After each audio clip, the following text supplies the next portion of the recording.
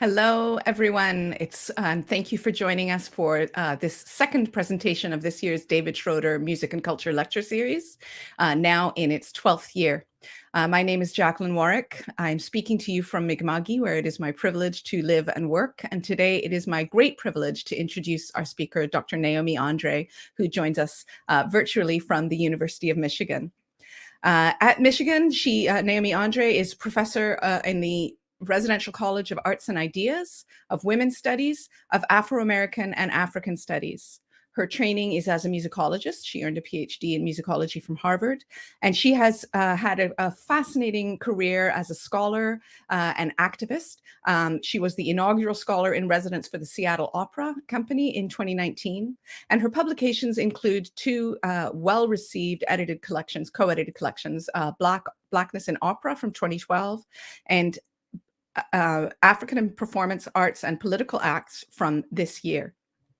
Her monograph, Blackness in Voicing Gender, Castrati, Travesti, and the Second Woman in 19th Century Opera, appeared in 2006.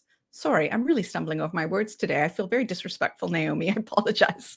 And her 2018 monograph, Black Opera, History, Power, and Engagement, has been such a significant publication, winning the Irving Loewens Award from the Society for American Music, and presenting a model of what Dr. André calls engaged musicology. That is to say, a very sort of self-reflective, and optimistic way of looking at the past and present contexts of opera, that most challenging of art forms because of its associations with elitism, and looking at composers and audiences, performers, members of the orchestra, the whole community that participates in opera, and considering specifically Black participation in opera, to reveal how Black opera unearths suppressed truths.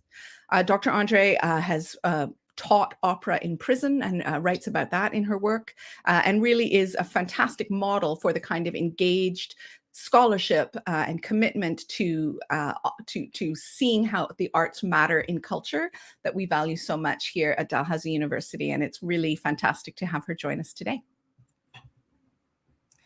Oh, thank you so much for that really warm and generous introduction. I so appreciate you've read through all my materials, and it's just so kind of you to mention them, to give people a sense of who I am. We're doing this online, and I so appreciate the fact that the invitation was originally to be in person, and I'm sorry that that didn't work out with here in Michigan and the United States. The pandemic is raging, and sadly, I think that's true everywhere. So thank you so much for just making me feel so welcome. I want to thank Barbara Swanson and Jennifer Bain for this invitation initially, and also to Andrew and Marie behind the scenes for making this run so smoothly, even when I can't print at the last minute. But don't worry, I've got everything right here. And I want to say it's really an honor to present here at the David Schroeder Lecture on this series. And I'm so happy for the opportunity to share some of my recent work, as well as some of the very current things I'm doing, to get some feedback, to see how these ideas, if they make sense, and hear any feedback. Okay, I'm going to start with how I got into this research, and sort of an exploration of how Blackness is represented in opera. So this is building off of Black Opera, History, Power, Engagement from 2018, and sort of moving in a couple of different directions. In this first part of my presentation, I'm just going to quickly outline some of these issues that got me here. Let's see, I think I'm ready for my slides. Thank you so much.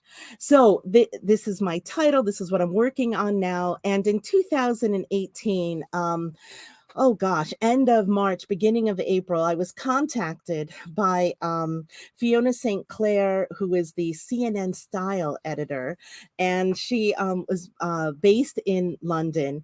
And there was something about Homecoming, Beyonce's Homecoming, that she thought was really engaging, and there was something a bit operatic. And she said she contacted people at Covent Garden, but they really didn't know what to do with Beyonce and Homecoming. So then she found my work, and she said, "Oh, let me contact Naomi André in the United States." So this, I love Beyonce. I hadn't really written about her before, but totally, and was excited about this Homecoming video. And this conversation, or actually a few conversations, gave me this fantastic sort of permission to articulate something I was already thinking, but it hadn't quite made it to the surface. So we had 2 phone calls with Fiona Sinclair Scott, and they were loads of fun. And we put together a piece that helped me think out loud and brought in some fun things as a scholar, to talk to a general public. So I was able to bring in Carl Dalhouse's construction of the tableau and shock in French grand opera, with how he talks about this is in his late 1980s publication, 19th Century Music. And this was how the pageantry and spectacle of Homecoming really was feeling operatic to me. The film has a big spectacular sets, which you can see in the slide. And one of the recurring themes through this, it's sort of a concert, or it is a concert video, but you've got all these HBCU, historically Black college and universities, all these drum lines with fantastic fireworks, bright colors, and they switch at different points, from yellow to fuchsia. And then everything will suddenly change with the entrance of someone on stage or a new song. And so it adds this overall drama and energy to the plot of the of Homecoming. And that very much hooks in with this idea of shock and tableau that Carl Dahlhaus has talked about. I also was able to put Marian Anderson's historic performance on the steps of the Lincoln Memorial on April 9th, 1939, to put this in conversation with Beyonce's groundbreaking Coachella concerts. And those Coachella concerts were the backbone for the Homecoming concert film. So the Coachella concerts and Homecoming were nearly 80 years later, interestingly also in April, this time April 14th and 21st, 2018. Both were groundbreaking moments when Black women's voices filled a space that had previously been considered viable for whites only. So thinking of the concert repertory and the whole background of the Daughters of the American Revolution, denying Marian Anderson and her denying her the permission to sing in the segregated space of Constitution Hall. And so here she is now singing out to a huge number of people, really breaking history.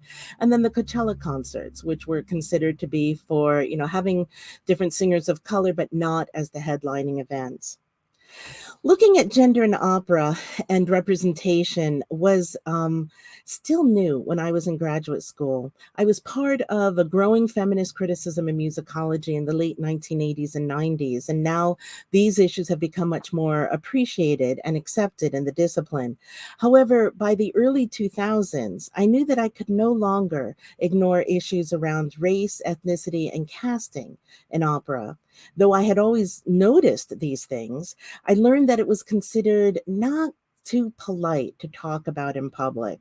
I would casually mention this practice to my friends of blacking up for the title characters in Verdi's Aida and Otello, or using yellow face in Puccini's Madama Butterfly and Turandot, and people would say, "Naomi, come on, you know it's not real. It doesn't mean anything.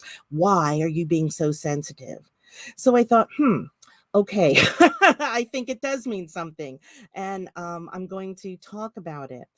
So unfortunately, indeed, these issues mean something. And in the United States, blackface references the practice of slavery, where Black people's humanity was called into question.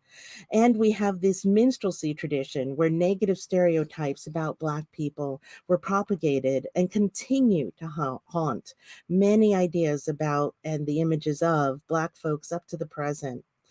Yellowface is also a damaging practice as it devalued rich cultural traditions of East Asian, South Asian, and Southeast Asian peoples.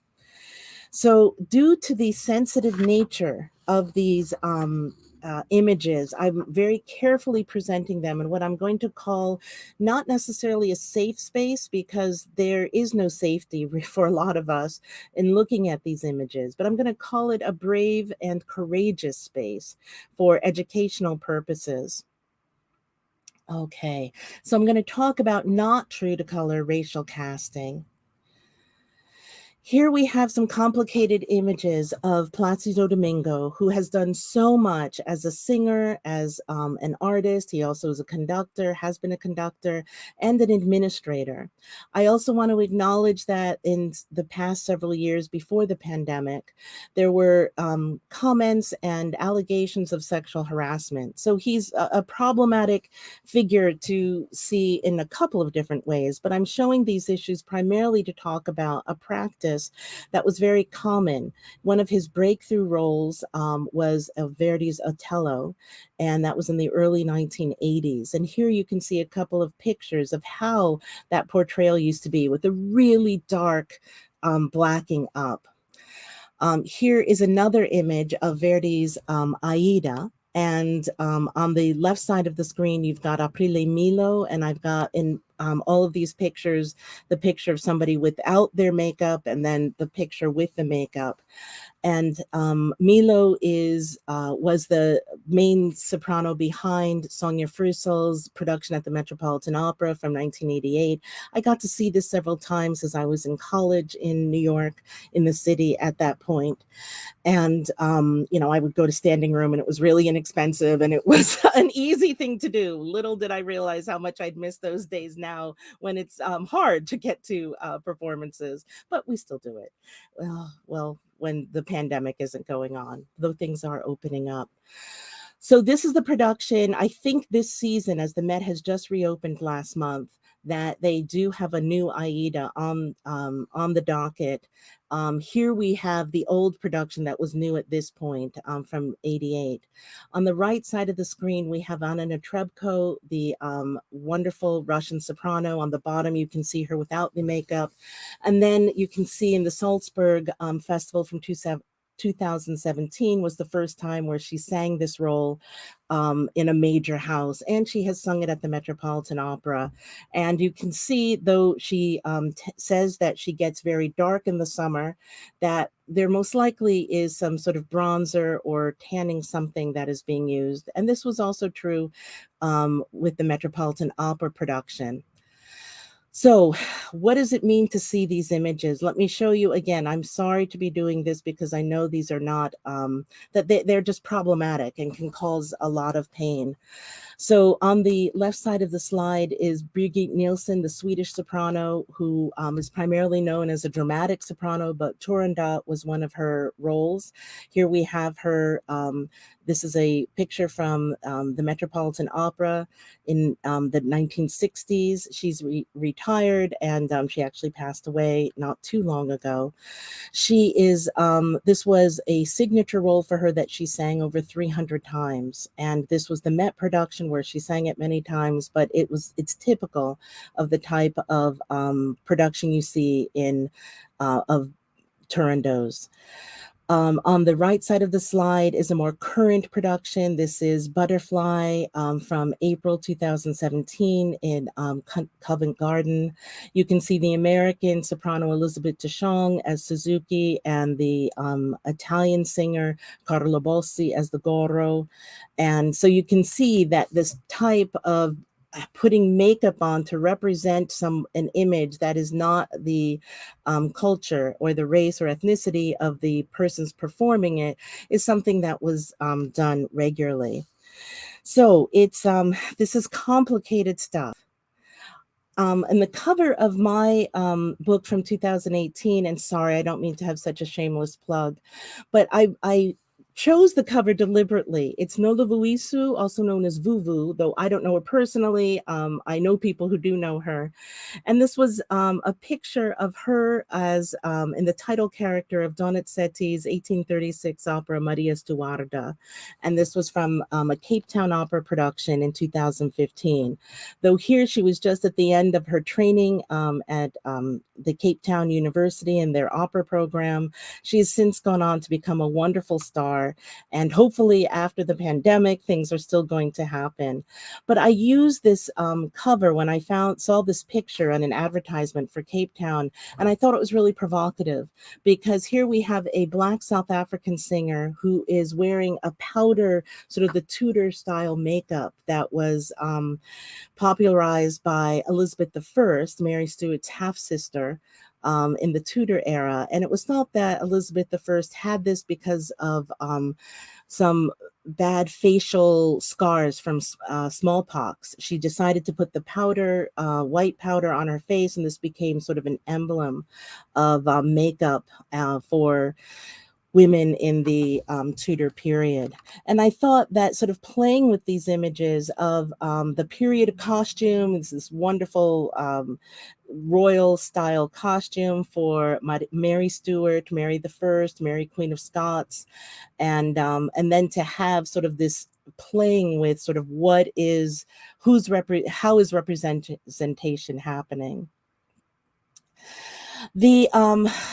Yeah, let's go back to this. It's a little less difficult. Let me get ready for why, or tell you about why this is such an issue, to have blackface, yellowface, and particularly in the United States. And it's from minstrelsy. Now, minstrelsy originated in the United States in around the 1820s. However, it was incredibly popular and went all over the world. I was surprised to find out that as early as the 1860s, it was in South Africa, in Cape Town.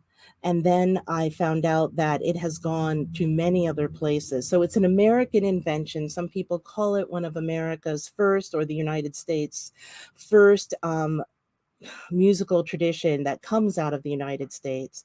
And so it has deep roots here. This is the image of one of the founding stories of minstrelsy, is that Thomas Dartmouth Rice, T.D. Rice, he saw a disabled Black slave on the side of the road. Some have it that this slave was working in a horse stable, and he was sort of singing and entertaining himself. And Thomas Dartmouth Rice thought, oh, this is really interesting. I can use this as a comedy sketch. And so some stories have it that he took the clothes of the young or of the Black man, that he paid the Black man for the clothes, whatever. He decided to wear tattered clothes to sing and dance in this imagined view of what this Black man had been doing. And that became sort of the origin of this Jim Crow character. This is a slide from 1846 where you have the Ethiopian Serenaders. Minstrelsy was also called Ethiopian Delineators. And why Ethiopia was chosen is because at this point, Ethiopia was the only country on the African continent that hadn't been colonized by the West. So it was thought that Ethiopia was a true Black expression of African Blackness. So you see this term Ethiopian Delineators and this group called the Ethiopian Serenaders. And it's true that Ethiopia hadn't ever been colonized except for a couple of years in the 1930s under Mussolini. But that was certainly not the case for 1846 with this lithograph.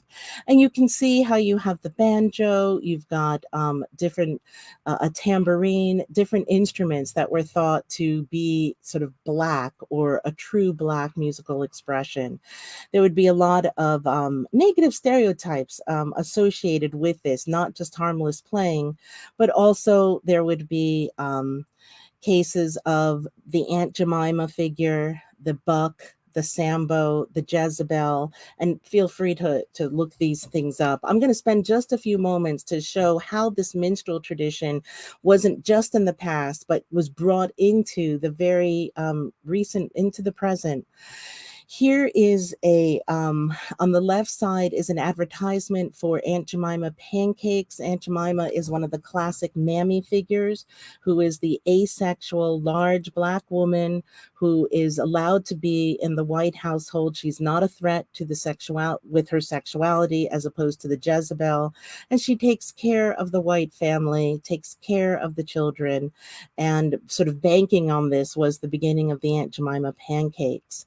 And this is is an ad from the 1930s. Oh, sorry. On the other side is, whoops, I'm working on, sorry with these slides. On the left side is an ad that goes back to the very beginning of the 20th century, 1906. Here is an image of one of the real life Aunt Jemimas who was hired to play this role, Nancy Green.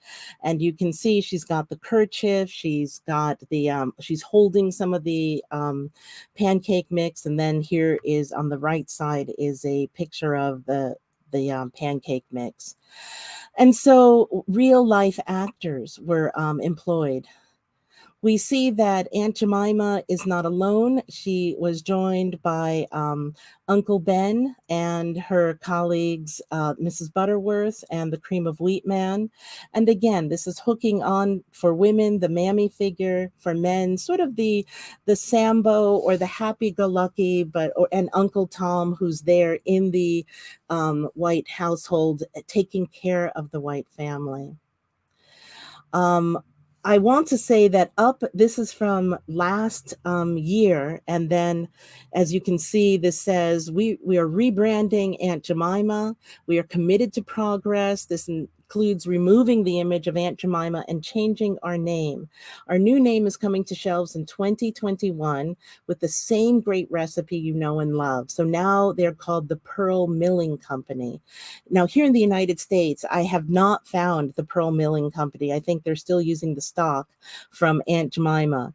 But just to let you know that these are even being seen by the larger culture at large, that these images might be causing some pain and some harm. I'm just going to stay with this for another quick moment. Oh, sorry. So we have the Pearl Milling Company. I'm going to move on to recent blackface. I'm going to move through these slides really quickly because I don't want to spend too much time, but I just want to let you know that these images, which go back to minstrelsy, actually continue into the present. So here we have this is from 2019, a black balaclava, a sweatshirt with a turtleneck. And Spike Lee actually posted about this, that he isn't going to wear Prada or Gucci until they hire some black designers. We then have, oops, sorry, I'm trying to move here we go.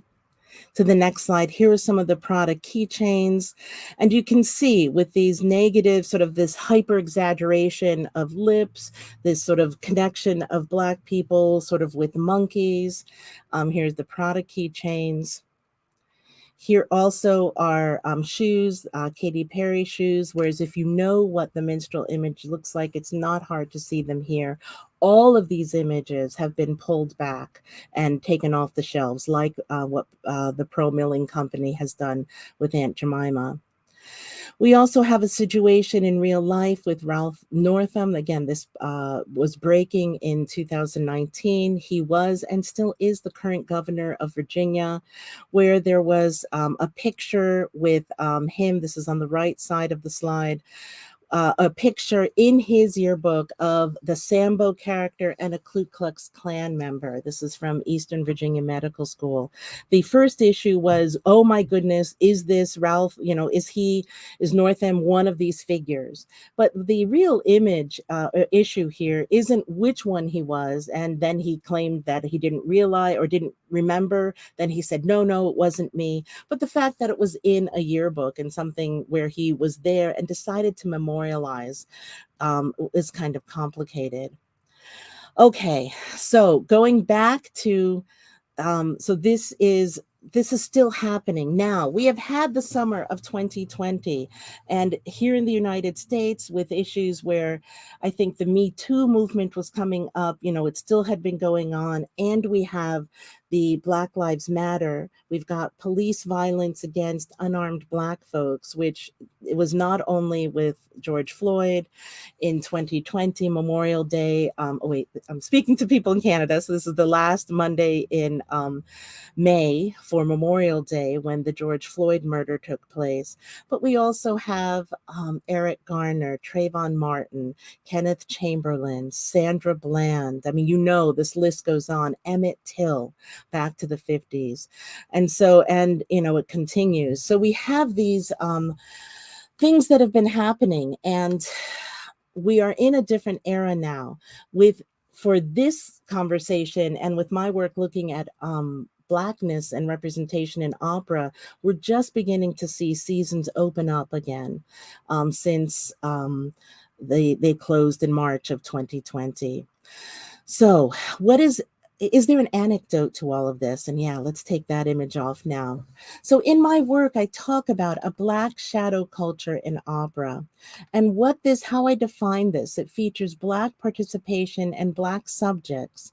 So subjects in terms of characters, topics, narratives, in ways that involve a deep engagement and care in representation that we don't see in the present dominant culture. And a Black shadow culture in opera brings Black's perspectives and experiences to the forefront in terms of how the story is told and who is telling the story. And one question might be, well, are there any operas? And my research has shown that there are a lot of operas. So this is great news. We are finding them. They're coming out. And I'm just going to list a few. The Harlem Renaissance, even going back to the late 19th century. As far as I know, Harry Lawrence Freeman is the first person we know, Black composer who's writing operas. He was born in Ohio. He then went out to Denver, where his first operas were performed in 1891 and 1893, Epatha and The Martyr. And then he was writing operas continuing on. He was born in 1869. One of the operas that has an aria that's been anthologized, so it's able to be found, is an opera from Voodoo, an opera that was first performed in a limited place engagement in 1914. And then there was a radio version in 1928. And the opera that's been anthologized is Queen Lalo's aria, where she is the voodoo queen, and this is an opera called Voodoo. So Harry Lawrence Freeman has his archive was donated to Columbia University in 2008, and these works are coming out. It was actually a work study who happened to be a theater graduate student and an opera lover. And she was cataloging, had just gotten this archive and was beginning to go through it to help catalog it. And she found Voodoo, and she found about 20 other operas. So there are great projects out there at Columbia University and that archive. Scott Joplin, we know him for Treemonisha, that fortunately he self-published in a piano vocal score in 1911, but we know that there were some other operas he wrote, A Guest of Honor, and a few more. And those, I keep hoping those are going to pop up one day. We have in the mid-century, William Grant Still is sort of the giant there with Troubled Island, which was from 1949, and his opera that is about the Haitian Revolution. But he has many other operas. Highway 1 USA was, I got to see that this past June with the Opera Theater of St. Louis.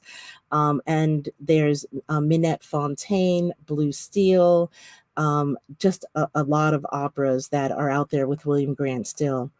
Anthony Davis, I think of as, if we look at the past, the late 19th century up through the middle of the century, Anthony Davis with his first opera, X, The Life and Times of Malcolm X from 1986, ushers in sort of a more modern time where we're getting more operas written by Black composers and working with Black librettists and having this sort of these interracial collaboration. Anthony Davis has written several operas, but the three that are completed now, I hear sort of through the grapevine, he's, well, actually from him that he's working on an opera on the Tulsa Massacre of 1921 in Tulsa, Oklahoma.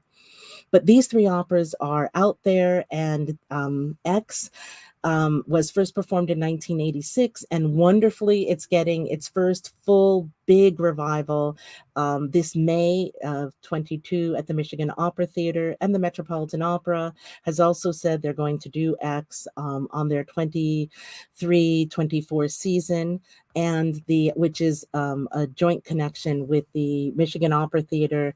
Other joint co-productions with this Michigan Opera Theater 2022 production are with Opera Omaha and with Seattle Opera. Amistad was first premiered at the Lyric Opera of Chicago in 1997. I got to see that. I'm willing to talk more. Most of the operas up here I have seen, and which has really helped me understand, this is a rich tradition that's happening. Central Park 5 was premiered at Long Beach in June of 2019, and a wonderful thing, it won the Pulitzer Prize, and it was the first opera by a Black composer to win this award. Margaret Garner, who's based on the historical character that Toni Morrison's Pulitzer Prize winning novel Beloved was based on, and Toni Morrison wrote the libretto. That also was a co-production that premiered here in the Michigan Opera Theater. I got to see it in 2005, and it also was with Cincinnati Opera, and I think Philadelphia Opera. Adolphus Hailstork, Leslie Adams, Regina Harris Baiocchi, George Lewis, Dorothy Rudd Moore. Yes, this is a call out. Richard Thompson, Nkiru Okoye. These are all composers I have spoken with who have written at least one opera and would write more operas. And some of them are, now that we're in this current age. But just when I was working on this research over the past 15 years, when I've spoken with them, they would have written more, and they've at least written one, and some have written several. But we don't hear about these names so much, at least not in most music history classes, and hopefully that's changing. Oh, look, there's more. And so here are some additional operas that I'm putting in this shadow culture. Charlie Barker's Yardbird, The Summer King, an opera on the life of Josh Gibson. Josh Gibson was called the Black Babe Ruth. He was a power hitter and catcher for the National Negro Baseball Leagues. It was thought that he was going to integrate baseball rather than Jackie Robinson. But here's, I got to see this opera in 2017 when the Michigan Opera Theater did it. We Shall Not Be Moved is about the 1985 Philadelphia bombing that the FBI was involved with. This was a bombing for John Africa and his group of people who were living there trying to have sort of a Black power, but basically peaceful existence. This was performed in fall of 2017. It was from Opera Philadelphia, and I got to see it when it came to the Apollo Theater in New York City. I Dream, Not a Surprise, is about Martin Luther King. This is by British Black composer Douglas Tappan. This was performed by Toledo Opera, and I got to see it in 2018. I want to talk about, so those slides were to say, and my rambling on about things is just to give you some of this rich history that's out there. And for those of you who are looking for research projects, faculty who are interested in new projects, graduate students who are looking at first projects or maybe new projects, seminar projects, this is a fertile, wonderful area. The summer of 2019 is what I want to call almost a magical time, because there were three big premieres in the summer. The Central Park 5 with composed by Anthony Davis and with the libretto by Richard Wesley. This is about the 1989 horrible sort of accusation of 5 Black and brown boys, Black and a Puerto Rican young men who were between the ages of 14 and 16, who were accused of brutalizing, raping, and brutally hurting what became known as the Central Park jogger. I remember this case quite well because I was in college. It was my senior year in New York City at Barnard College in 1989. And the press coverage of it was that there was no possible way that they were wrong, that these were the very, awful, terrible young Black and brown boys who did this. And all of them have been exonerated with different DNA evidence that has become available in the early 2000 teens. And so, this is a really important opera. There's also Ava DuVernay has a wonderful and very difficult Netflix series, When They See Us, that I recommend you if you're wanting to learn more about this, a really good documentary and interviews with the 5 men as they are now. Fire Shut Up in My Bones, the opera by Terence Blanchard, with who has has one opera before this, Champion, about the boxer Emil Griffith, and Fire Shut Up in My Bones is his second opera, and both of his operas were commissioned by Opera Theater St. Louis. And just to give a quick little plug, they're amazing. They have Anthony Davis's second opera after X, Under the Double Moon, was a commission by Opera Theater St. Louis, and they have really supported a lot of Black composers. Adolphus Hailstork has an opera with them, so they're one of the leaders, I think. Fire Shut Up in My Bones, Casey Lemons, it's her first libretto. She is known as a wonderful actor, film director, playwright, screenwriter, and she also was an opera lover and had always wanted to write a libretto. And so this is the opera that just opened the Metropolitan Opera on September 27th, a couple of weeks ago, that made history by being the first opera in the Met's 138-year history of having an opera by a Black composer. Casey Lemons has the beautiful film Eve's Bayou from 1997, a bunch of other films, including Harriet from 2019.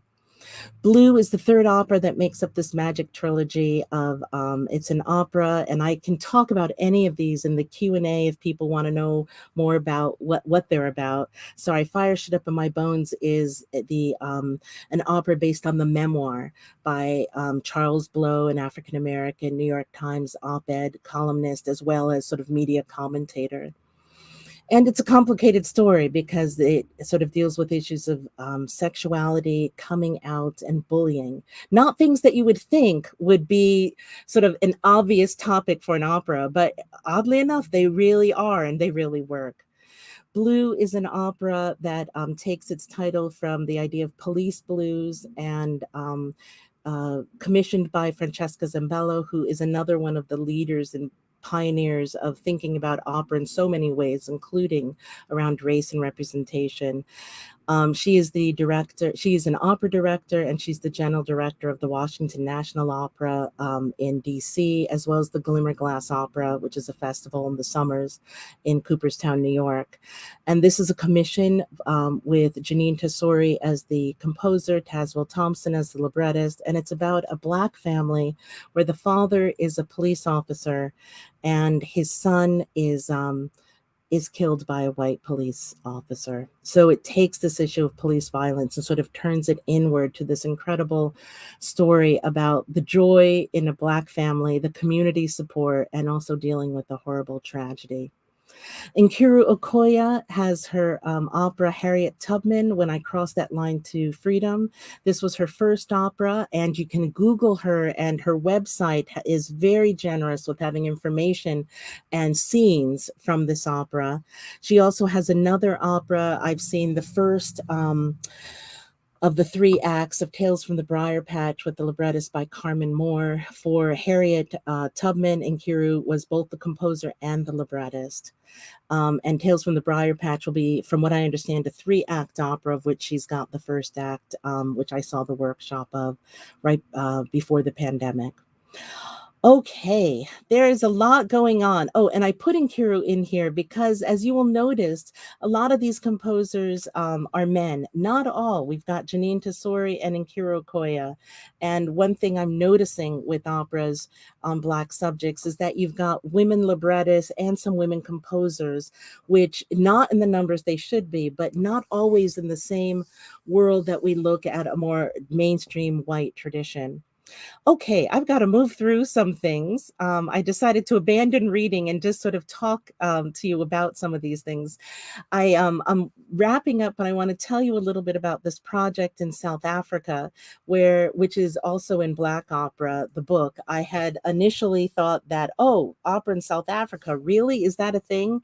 I had seen a film that came out in 2005 called Carmen Kailicha, which is about Bizet's Carmen, set in the township of Kailicha, which is outside of Cape Town in South Africa. So I'm going to just outline a little bit. That's how I got into this. And first of all, just to let you know, it's not just this one company who I'll talk about more, the Asongo Ensemble, but we have South African singers, opera singers, even in these first generations after the dismantling of apartheid in 1994. We have singers, we've got Priti Yenda, who is on the left side. On the top right is Pumetsa Matsikila, and on the bottom right is Musa Nkonkono. And these are all South African singers who, they're not the only ones, they're among the top ones, and they're ones who I have recordings by Priti Yenda and Pumetsa, and I've been following their careers. Musa is in a great documentary and a setting of Verdi's Macbeth in the DRC, the Democratic Republic of the Congo. So they are out here, and now I'm going to focus on the Asongo Ensemble. On the top right is Chris Hazelwood, and he, along with Mark Dornford May, who's in the middle, are two Brits from London who got some funding to go to South Africa right at like 1999, 2000, just 5 years after the dismantling of apartheid, and to given this very strong choralism tradition in South Africa, there was sort of word underground that these folks were also singing opera, and indeed they were. And Chris Hazelwood and Mark Dornford May put together an opera company. At the bottom left, you see Mark Dornford May and Pauline Malafane, who is a South African who was their first Carmen for one of their first, not their first, well, it sort of was their first production in a stage production that then became the U Carmen Kailicha. They work together. She's a soprano, and they're also married with children. And there they are accepting an award for, I think, the U Carmen Kailicha, the Golden Bear Award from in Berlin. And on the right is Mendisi Diantes, who is now taking over a lot of the running of the Asongo Ensemble. He's a trumpeter, composer, arranger. And when I went out there right before, the summer before the pandemics, that was this July of 2019, I got to speak with him. And then the Asongo Ensemble came through the University of Michigan, University Musical Society, which is here in Ann Arbor and connected with the University of Michigan. I got to meet him and several other members of the Asongo Ensemble. So this is the ensemble on the top right. That's Pauline Malefane, a few years before the picture, but she's in the Carmen. That's the stage production of the Carmen that opened at the Spear Festival in Stellenbosch, and then went to the Old Vic, I think it was, or went to London. And as you see that there are actually Black and white performers together. And there's also some interesting cross-dressing, which you can see in the upper left portion of the slide. So they were really breaking a lot of boundaries. On the bottom, now the ensemble is primarily all Black, as you can see with the two pictures on the bottom. On the left is Mpempe Yomlingo, which is an adaptation of Mozart's Magic Flute. And on the right is these are all stage productions. The right is the stage production which led to the film in 2015 called Breathe Umfafumlo, which is based on Puccini's La Boheme. Okay. Here are some other South African operas. Winnie the Opera, I've written articles, and then there was an adapted chapter on that in Black Opera. So the operas that are being done are in South Africa are adaptations of Western operas, and some of the adaptations are very similar to production you would see in houses across the West, but some of them are also operas that you are adapted it for Inkailicha, or where the story is taken and made sort of more connected with the Xhosa South African group of people. Breathum Fafumlo is another one of these adaptations. So you have new operas like Winnie writing in their own historical figures and political figures into opera. And then you've got adaptations of operas that are made sort of more South African. And then you have a straightforward performance of traditional performances of Western opera. I think I'm going to end there. Let me see. Yeah. Oh, sorry. So this is what I was just saying. I forgot about, I don't have the preview slide in this StreamYard. So the well-known canonic operas in Western settings, the well-known Western operas in South African settings, such as the Ukarmankai Licha or the Breathum Fafumlo, and then new operas by Black and interracial South African teams writing new narratives, such as the opera based on Winnie Madikizela Mandela in the Winnie Opera. All right. Thank you so much. There's sort of a lot out there, but I wanted to give an overview of some of the questions I'm thinking about and how it's being adapted to new operas that, or, you know, operas that were written in the past that belong to the shadow culture that hadn't been performed that much, but now are getting performance, and new operas in the West around Black subjects, as well as operas from South Africa. And just who would have thought that opera would be doing all of this important cultural business across the globe? I look forward to questions. Thank you very much. Great. I'm sure we are all applauding. I don't know if you can hear us, but that was a tremendous talk. Yes, great. Thank you. Thank you so much, Naomi, for your courageous and compassionate work and for generously sharing with us what you've been up to. I'm sure that there are going to be some fantastic questions. I'm ready with one if nobody else is, but I don't want to take up room when there are so many smart and excited people in the virtual room with us. So is anybody bursting with a question? Fallen, did you just put your hand up, or were you just touching your hair? I have a question. I was wondering if you had any feedback or perspective on the, I guess, uncritical or widespread uncritical reverence of figures like Beyonce, and how imposing ideologies on celebrities is problematic, but celebrities themselves are subject to kind of like analysis in terms of our specialty and domain of popular culture studies and stuff. Yeah, I was just wondering if you ever ran into that issue when you were studying figures like Beyonce, or just celebrities in terms of representation and that kind of thing, because people always talk about how everyone is problematic and not to impose ideologies on celebrities. So yeah, I was just wondering if. Sure. I appreciate your question, and it is something we have to be careful not to get too ensnared in how. I look at Beyonce's Homecoming, and it was a direct response to somebody calling and asking for a piece. Like, what do you think about this? And as far as I know, Fiona Sinclair might know a bit about Beyonce, but she's much more comfortable with sort of the operatic repertory, and then sort of came across Beyonce's Homecoming and said, oh my goodness, what's going on? So that's sort of a disclaimer to say I wasn't saying, oh, I'm going to look at how Beyonce is operatic. I kind of think she is. And this gave me what I felt was a space where, since it was invited, I could do that. I am aware, and I'm not a Beyonce scholar, and I know that there are a lot of people who know stuff about her.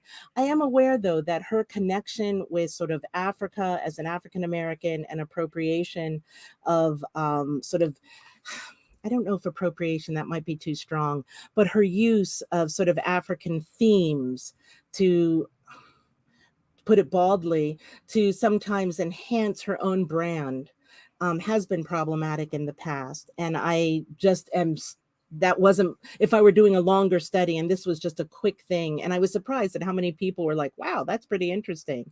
But to do a longer study, you're absolutely right on how do I felt it was a win-win to say, hey, because one of the big things in that article is that the opera crowd can learn something from Beyonce in terms of being more inclusive and new voices with the HBCU drumline and being able, being in a space like headlining the Coachella concerts that hadn't happened. But if I were to go further on this, it's complicated, it's thorny. And I don't know if that's exactly what you were thinking about. And if you want to follow up, please do. But yeah, I was trying to have this as a small piece, was just like, ooh, opera scholar, let's look at this. This is exciting. And, to keep it in a fairly small box. But you're right. I'm not trying to, I'd be nervous. And it is a good thing to be nervous about appropriating celebrities to fit my own agenda. Yes, thank you for that. I was just thinking about a recent essay or sentiment expressed by Bell Hooks, who, she likened Beyonce to a terrorist, which was a remark that went a bit viral a couple years ago. But yeah, I wrestle with that in my own research as I study movies and celebrities. So thank you for your response and a very lovely presentation. Oh, thank you. And I just have to say what you've touched on, and I know our time is limited, but this is complicated. And particularly as a person of color, how we publicly cite and talk about other people. Just really quickly to follow up on what you're saying, because it is something I've thought a lot about. I was so disappointed when Cornel West was saying negative things about President Barack Obama. And I could hear what he was saying. And I thought that, yes, I wish, one of the issues was, oh, Obama should be doing even more for Black folks. But then there was also a side of me which was like, oh my gosh, he's doing so much as it is. So it's really hard to know where we get these voices that can critique things. And also when you bring race and gender and other elements of identity into it, it's really tough. So thank you for thinking about these things, Fallen. I really look forward to hearing you to discuss these things in print. Thank you.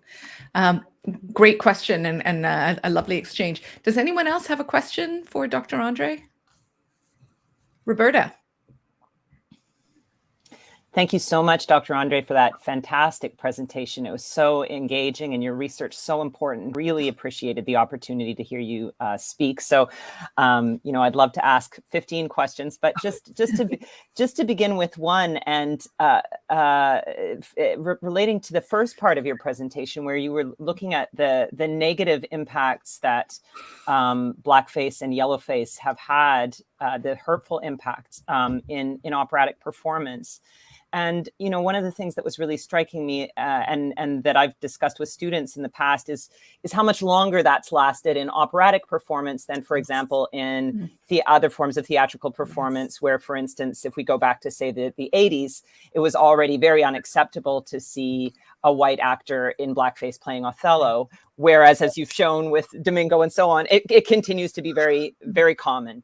And I wondered if you thought, from your perspectives, your multiple perspectives of your various areas of research in operatic history and contemporary opera, if we're going to see that kind of shift in casting happening in opera as has happened in theater, or if it's more important to focus on shifting the repertoire so we actually have these more Black-centered representations by Black composers and Black librettists?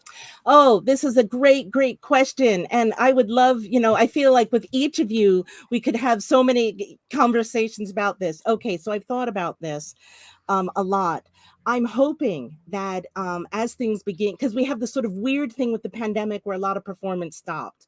And I'm hoping with opening up, we're going to see both what you've said, if I'm hearing correctly. One is to have more people of color given opportunities to sing these mainstream opera roles, such as Otello and Aida and Butterfly.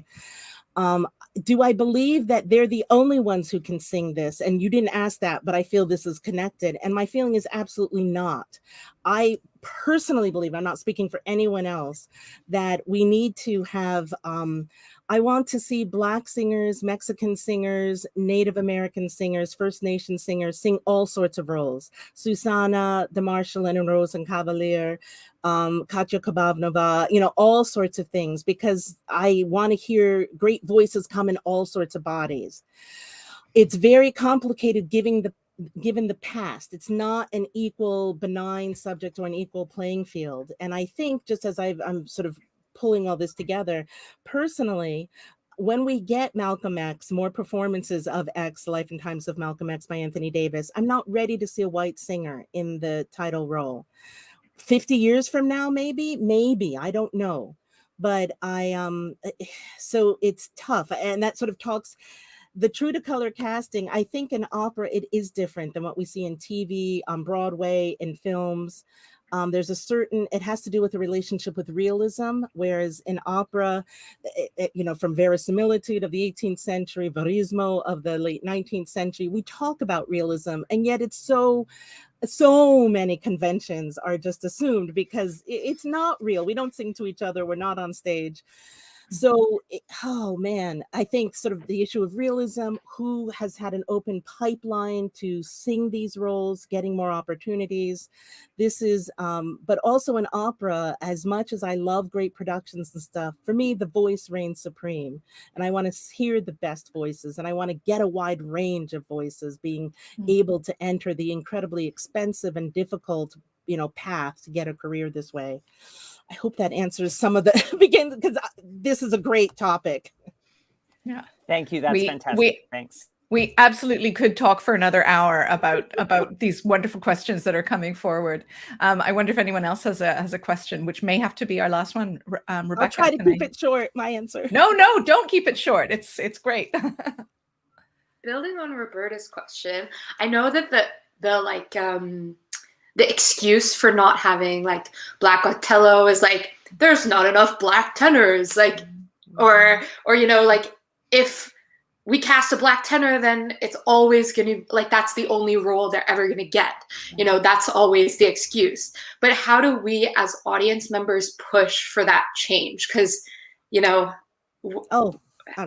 I'm so glad you asked that, because as audience members, you actually do have a lot of power in that. We can write to the board and say, I hear that there are all these operas that are happening.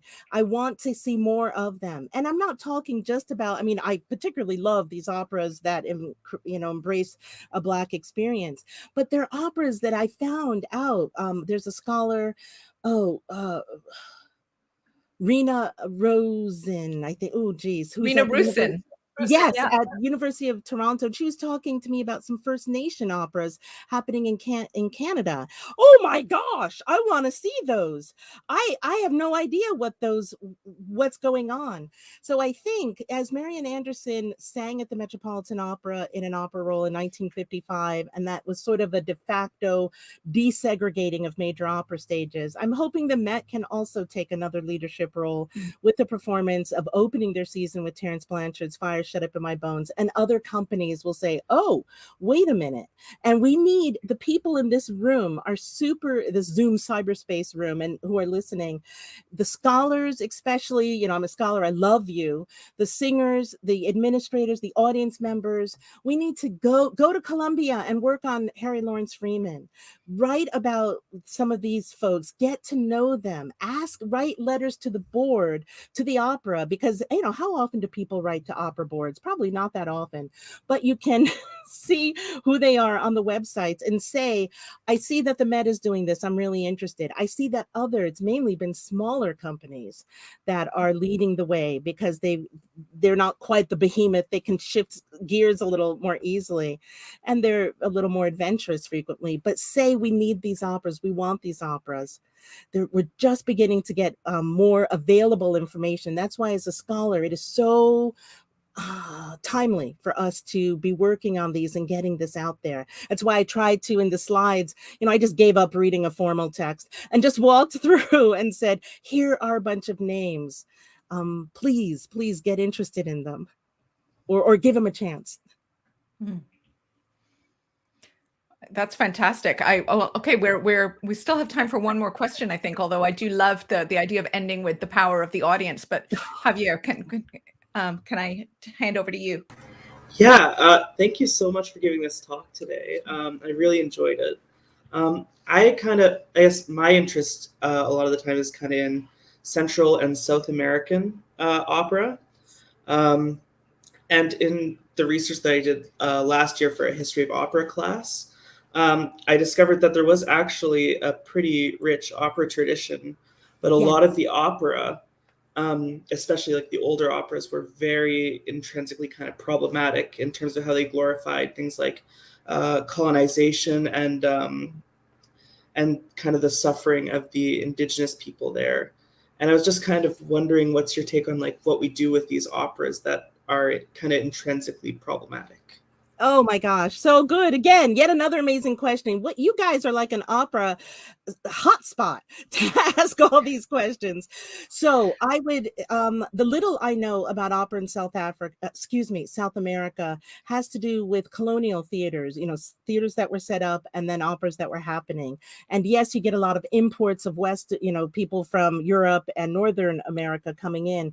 But what seems to be less explored is that there are probably a lot of people there on the ground who then begin writing operas and libretti and sing and directing. So there's more of sort of an indigenous tradition.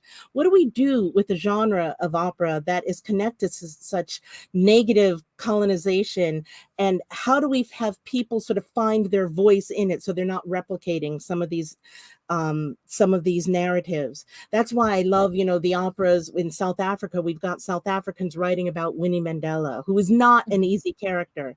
So I would say keep doing. It's more than just Gomez, who's, sort of the big Brazilian. We all need to know more about him. I need to. I've never seen his Il Guarne or other operas, but we also need, ideally, sort of go to Brazil or go to Argentina or go to, I bet Lima has some, to these places where there are opera houses, and see what's there. And then figure out, what is the story? Is it just replicating a dominant narrative, or are these other voices? And sometimes it's very subtly working against a power regime, because if you've got a certain paying audience who's going there, you can't just, kill them all on the stage, but you might need to be a little more subtle. So I would say, keep doing this. I'm hoping Black opera stuff I do can help sort of encourage other voices. And you might be just the perfect person for doing this. So I just want to say, keep doing it. Thank you so much. Okay, that is a fantastic place to end. Can I just say how proud I am of all my students and colleagues for being so smart and making us look good. So, so thanks. Well done, everybody. But especially well done, Dr. André. It's been such a privilege to have you here. I've said it so many times, but I'll keep saying it again. I wish so much you were here in person. I know, would love to show you around Halifax, and but someday I hope that will happen. And meanwhile, thank you so much for sharing your really important and inspiring work with us today. So please join me in thanking Dr. André. Thank you so much. What a pleasure. Okay, great. Well, I'm so sorry. We have a question from Mary Ingram. Oh, hi, Mary. Thank you for this, the Canadian example of Africa. Okay. She's sharing some information with you, Dr. André, and I hope you can see that. Yes, I've got my pen and paper right here. That's wonderful. Great. Elliot Clark and Dee. I got to see, oh gosh, it's like off the tip of but it was a couple of summers ago in, there was a performance about the Arthur Miller's Crucible, and it was an operatic version with an all Black woman cast, and it was incredible. Oh, why can't I remember the name and the title? Sorry, my brain, it's so good to talk about these things, and I have to write it down, I have to publish it because it's too much for my poor brain. But there's great stuff, I think, happening in Canada that definitely needs to come out. And the little I know is that about Canadian government is that they support the arts, which is a great thing. We've had students at Michigan who are probably not enough, but a lot compared to what we see here in the United States, where the arts are constantly under attack. Oh. Yeah. So thank you for this. I'll turn it back over to you. And sorry, I see there was an earlier question from Ben, but I'm not seeing that. So, oh, yes, it is. I see it now. Yeah, Ben Marmon is asking for specific recommendations where to start from the works mentioned today. Well, I know that this talk is going to live on YouTube for at least a few weeks, so we'll be able to revisit it and get some recommendations from Dr. André and get some suggestions for works that we should be looking out for. I hope you'll get to attend X when it happens, and I would love to be there too. I'm sure many of us would, but I bought tickets for all 3 performances. Right on. That's great. Yeah. Well, you've definitely nourished all of our brains today and given us a lot to think about. And this has been a really delightful forum. And I'm looking forward to seeing you in person really soon. And I'll thank you again for being with us. So thanks, everybody. Oh, thank you. One really quick thing. The Black Opera Research Network, BORN, is a website that I'm involved with. A bunch of us are, and there's a great bibliography that's annotated. There are events that we have. You can become a part, get our mailings. So that might be, just to answer that last question, at least one place to jump off in terms of, hey, who's interested in this Black opera research stuff? We are. Great. Thank you so much. Thank you. All right. I don't think we're live anymore, but it's great to see everybody. And Thank you, Rena, Betty. Thank you.